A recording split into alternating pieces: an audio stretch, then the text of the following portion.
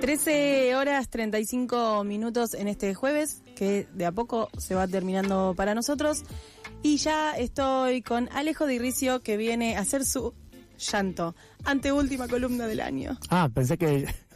Sí, llanto por ser la anteúltima, pensé que venía a llorar, me estaba diciendo que venía a llorar. Bueno, este es un espacio para que hagas lo que vos necesites, pero si podemos mantener la compostura, mejor. No, por supuesto, yo voy a mantener la compostura todo lo que pueda. O sea, yo creo que en la columna no he llorado nunca. ¿Quién? En la columna no he llorado nunca, hasta ahora. Bueno, está bien. No, pensé que me estaba diciendo llorón, que también podía ser igual. No era mi intención. Lo que quiero decir es que se nos están terminando los programas y los vamos a extrañar por un tiempo. ¿Cómo te vas a informar de ambiente ahora que no hablas todos los jueves al mediodía conmigo? Después del jueves que viene, ¿qué? Te vamos a tener que... Vas a tener que abrir las redes sociales. Sí. También. Y sí, eso pedir sí. audios. Y también la gente puede ir a nuestro canal de YouTube y repasar todo lo que estuvimos hablando este año. Que no viene mal. No viene mal, hemos hablado de todo y también hemos aprovechado a lo largo del año para hacer vínculos entre lo que sucedía y cosas que iban más atrás. La intención siempre es de aportarle a la columna algo más que no sea solamente la coyuntura, digamos, no sea solamente lo que está pasando en este momento, y en esa línea también es lo que pensaba y lo que te iba a proponer para que charlemos hoy, que es un poco las distintas dimensiones sobre la cual está siendo atacada o desprotegida hoy en día la cordillera de los Andes. Bien. Y le decimos, ¿a qué le decimos también la cordillera de los Andes? Y pensar un poco también por qué está siendo, no diría centro, pero un gran nodo de conflicto hoy en día la cordillera. Y pensándolo yo también, y como recorriendo algunos sentidos alrededor de la cordillera, pensaba un poco qué era lo que la hacía tan valorable hoy en día y por qué era que, y adelanto, digamos, voy a ir directo a por qué digo que la cordillera está siendo un nodo de conflicto. Los 4 elementos, hoy en día los 4 elementos clásicos, griegos, por supuesto, podemos pensar después alrededor de esto más cosas, están siendo abordados o están siendo, de alguna manera, foco de tensión en torno a la cordillera. El agua la estamos encontrando en conflicto porque hoy mismo ingresaría por Senado el proyecto para modificar la ley de glaciares. Esto lo habíamos hablado hace unas semanas en otro programa, y la ley de glaciares hay 2 formas en las cuales hoy en día pueden llegar a modificarla. Una es desfederalizándola, o sea, quitándole la competencia nacional a la ley y desprotegiendo la base, digamos, la base de lo que tiene que ser protegido, quedaría decidido por cada provincia. Y otra es desprotegiendo lo que se llama el ambiente periglacial. Es como si protegieras el hielo pero apagaras el freezer, básicamente. Porque todo el ambiente periglacial, lo que rodea el glacial, es lo que lo mantiene de hecho congelado. Después podemos entender esto como yendo por el agua, y también, acá menciono que lo hemos hablado en otras columnas, la privatización de las hidroeléctricas, del agua que está bajando de los ríos andinos, que es también un enorme foco de conflicto, digamos, en sí, que los ríos andinos sean lo que está en peligro con glaciares. Y después tenemos que acaba de anunciar Adorni ayer, y ahí yo lo pensaba en términos de fuego y en términos de aire, porque la Patagonia es un enorme foco de incendios en los últimos años. Vimos enormes incendios, lo que se llaman mega incendios.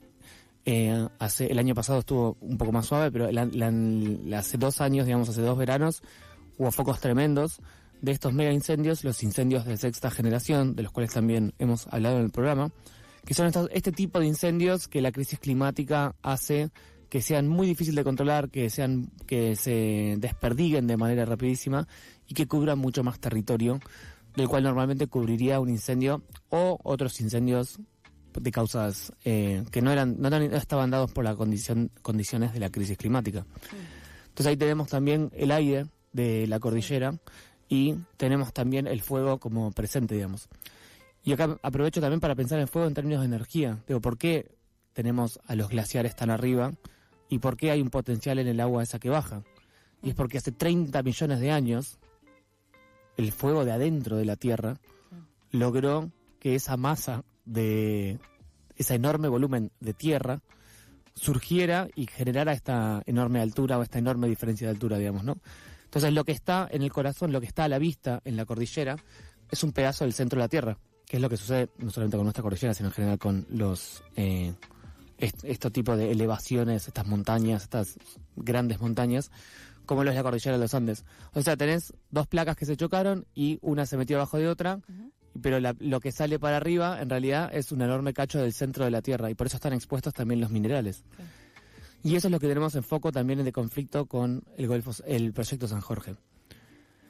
El proyecto San Jorge lo habíamos hablado porque había aparecido como potencial hace unos meses, pero el proyecto San Jorge es un proyecto de cobre, un mineral, uno de los dos minerales que aparecen hoy en día como nueva frontera, como nuevo objetivo de extracción, del avance del extractivismo, ¿no? Que son el litio y el cobre.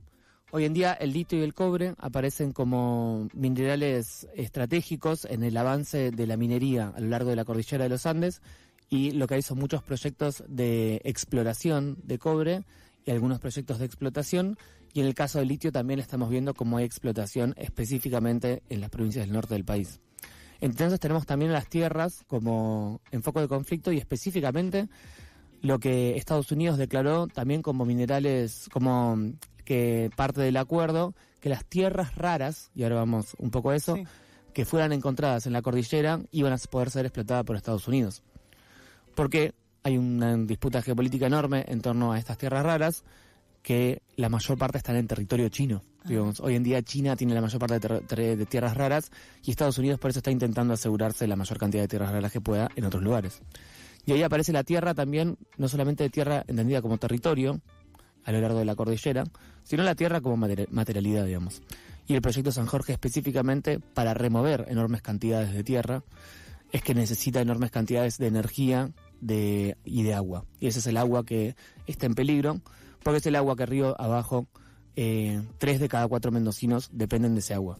Y eso solo teniendo en cuenta la provincia de Mendoza, ya que los ríos andinos continúan más allá de los límites provinciales, y por eso es que también desfederalizar este tipo de cosas es un enorme problema. Eso ahí como... Una introducción. Un mapa, voy a decirle, como un gran espectro, digamos, ¿no? Pero me parecía interesante pensar en esto de por qué algo como la cordillera, que uno pensaría, bueno, es solamente una elevación. Claro. ¿No? Solamente un monte. Bueno, pero ¿qué se juega alrededor de ese monte, digamos, no? Y también lo de la energía, digamos, porque la energía que involucró que una capa se elevara por sobre la otra, digamos, más allá de, no dice para lo geológico, las alturas lo que te dan es la energía de algo que va en caída. Te da que el río se mueve, te da que el río tiene una velocidad cuando cae. Y eso lo que te da también es el torrente de los ríos, que por eso después terminan represados. Bueno, terminan no, que la humanidad ha elegido represar y ha elegido construir hidroeléctricas alrededor de ellos, ¿no? Para de alguna manera minar o extraer esa energía que baja de la altura de la cordillera de los Andes, digamos. Ahí te abrí como 5 pestañas. Bueno, ¿por cuál vamos a empezar a profundizar? Tierras raras. Me gusta. Eso. ¿Sabes algo de tierras raras? No quiero exponerme, pero... No, en general nadie sabe nada de tierras raras. En la cordillera, dijiste. En la cordillera. La cordillera está catalogada como tierra rara. No, tierras raras es una serie de minerales. Okay. No me acuerdo de los nombres, yo tampoco sé, pero es una lista de más o menos 25 nombres. Se encuentra muy poco, de hecho es una mala traducción, tierras raras. O sea, lo que son, en realidad no son raras en términos de peculiares. Claro. Lo que son es raras en términos de infrecuentes, digamos. Claro. Es una mala traducción del inglés que rare no significa extraño, sino que significa escaso. Poco es una mala, habitual. Sí, poco habitual, sí. Exacto. En realidad una traducción mucho más atinada sería tierras infrecuentes o tierras escasas, digamos, claro. ¿no? Pero son minerales con la misma cualidad, digamos, que otros minerales. Y de hecho se solapa con los llamados minerales críticos. Entonces, ahí son como dos categorías. Las tierras raras son un tipo de minerales que son infrecuentes, o sea que son muy complicados de encontrar, básicamente, y cuando se encuentran es en muy poco volumen. Los minerales críticos, algunos son tierras raras, algunos no. O sea, son dos categorías distintas, pero ambos lo que son estratégicos para ciertos sectores productivos, para ciertos sectores. Algunos productivos, algunos militares, algunos de la transición digital, el torio, el cadmio, son para las baterías, para los misiles, para el desarrollo de infraestructura de chips, como que tienen unos usos muy específicos y también en procesos muy elaborados, o sea, por eso los países no tan industrializados o con precios de industrialización bajos no están buscando tierras raras, más que no sea para vendérselo a alguien que tenga alta industrialización. En parte por las casualidades de la vida y en parte porque China recién ahora se industrializa. China todavía tiene el 95% de las tierras raras, o sea que la mayor parte de las tierras raras del mundo están en territorio chino. Okay. Pero porque ellos no la explotaron, digamos, y ahora que se hiperindustrializaron, hipertecnologizaron, hiperdigitalizaron, hoy en día China podríamos decir que es el país más digitalizado, más industrializado, más todo lo más, es mucho más China que Estados Unidos o cualquier otro país del mundo. Y por eso China venía avanzando, o sea, venía comiéndose todo lo que fuera tierras raras y Estados Unidos se preocupó mucho y por eso con el retorno del trumpismo salió a buscar, asegurar la mayor cantidad posible de tierras raras. Encuentran en el mileísmo y en la libertad avanza un perrito faldero, lo voy a decir así, una marioneta digna de poder manejar, digamos, y vuelve a esta noción de Latinoamérica como el patio trasero de Estados Unidos, digamos, ¿no? Estados Unidos intentando asegurarse, no solo en Argentina, pero bueno, en Argentina le salió muy fácil, que si hay tierras raras en la cordillera, van a ser de explotación yanqui. Ni ellos se lo deben creer. Trump se debe haber sentado y debe haber dicho lo mismo que vos recién. Che, qué fácil que fue eso. Pero lo dice en público, ¿eh? O sea, antes de ayer lo vieron, no sé, circularon unas declaraciones de Trump que dijo, no, a Milei le estaba yendo muy mal hasta que me metí yo y ahí lo salvé. Lo cual, imagínate a Xi Jinping diciendo lo mismo de cualquier otro, lo que en La Nación teníamos editoriales de La Nación para todo el resto del año. Pero en este sentido, tierras raras y minerales críticos aparecen como dos dimensiones en una disputa geopolítica sobre quién se queda eso, cuándo, cómo, digamos. Dentro de los minerales críticos, pero no de las tierras raras, están los dos que decía antes, que son el cobre y el litio. El litio, hemos hablado un poco más a lo largo de estos años, se ha hablado, digamos, un poco más en el discurso público. Hay fuerte concentración de proyectos litíferos en Jujuy, Salta y Catamarca. En la cuenca del Atacama, voy a decirle, en toda la cuenca del Atacama, que hay un montón de poblaciones que están resistiendo y que también están intentando llevar proyectos para intentar conservar el agua, digamos, ¿no? Porque lo que está en conflicto, en tensión fuerte, no es solamente el control territorial, sino el agua. Porque lo que no está en conflicto es quién se lleva los beneficios del litio. Digo, como eso, ni siquiera quedó en otro momento con proyectos más desarrollistas, nacionalistas, digo, con lo que proponía el culfismo de Alberto, que era lo que está en tensión era la renta alrededor de eso. Con el litio no eso ya no está en tensión, digamos, y lo que está en tensión es el agua de las comunidades, y en realidad como muchas de esas comunidades dependen del agua para sus modos de vida, digamos. Sí, no solamente para tomar, sino para el modo de vida, digamos. Y esto me parece que es lo que está también en tensión ahora con San Jorge, con el proyecto San Jorge.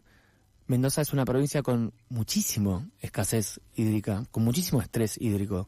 Y Mendoza y los ríos que atraviesan Mendoza después siguen como para otras provincias. Y digo, porque son varias, digo, y depende del río, van cambiando las provincias, pero también está en tensión el uso de ese agua. Hoy en día el proyecto San Jorge estaría en la cuenca entre los paralelos 30 y 36, digamos, toda esa zona es un poco en la que está en disputa. Digo los paralelos, y el que se acuerde del vinito, en latitud 33, un vino tinto que se cultiva en latitud 33, pero es toda la zona principalmente vitivinícola, la zona que produce los mejores vinos del mundo, que es el orgullo de los mendocinos, que lleva tanto turismo, y todo eso, toda esa cuenca es hoy en día la que está en peligro de ser contaminada por el proyecto San Jorge y las cuencas río abajo. Y el proyecto San Jorge específicamente es de cobre, que recuerdo que es con lo que se hacen los cables, digamos, y por eso también el cobre aparece como un mineral crítico para la transición energética. Todo lo que deja de usar petróleo y empieza a usar electricidad, digo, los autos Tesla como el ejemplo más pop, sí, requiere cobre, y requiere mucho cobre, y requieren cada vez más cables para llevar electricidad, etcétera, etcétera. Entonces, como el cobre aparece también como un enorme mineral en disputa. Y lo que está por verse es qué va a pasar efectivamente hoy con lo que presentan de ley de glaciares, pero bueno, ahí yo hago un llamamiento a que todo el que quiera activar, la verdad que eso, nos faltan formas de activar, nos faltan formas de activismo, nos faltan formas de militancia, escribir al Congreso, todo, digo, como todo lo que sean las maneras más de la sociedad civil, todo lo que sean las maneras más callejeras, las teorías del cambio de la fuerza en la calle. Sí, digo, activar un poco más. Todo el que pueda activar algo por ley de glaciares, lo que se les ocurra, por favor háganlo. ¿Hoy qué hay? Hoy llega al Senado el proyecto de modificación de la ley y nos vamos a enterar cómo es que la quieren modificar. Bien. Estas dos opciones que mencioné. Si es desfederalizar, o sea, regalarle a las provincias la potestad de regalar glaciares, o si es eliminando el área periglacial, o sea, solo protegiendo el cubito y apagando el freezer. Ok. Como en esas son las dos formas posibles de modificar la ley.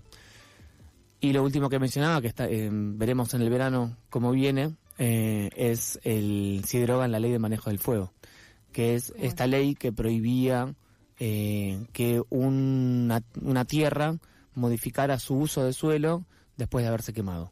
Entonces frenaba de alguna manera lo que es la quema para inmobiliario, que también pasa mucho sobre la cordillera, específicamente en la zona de Bariloche, el avance de los barrios privados.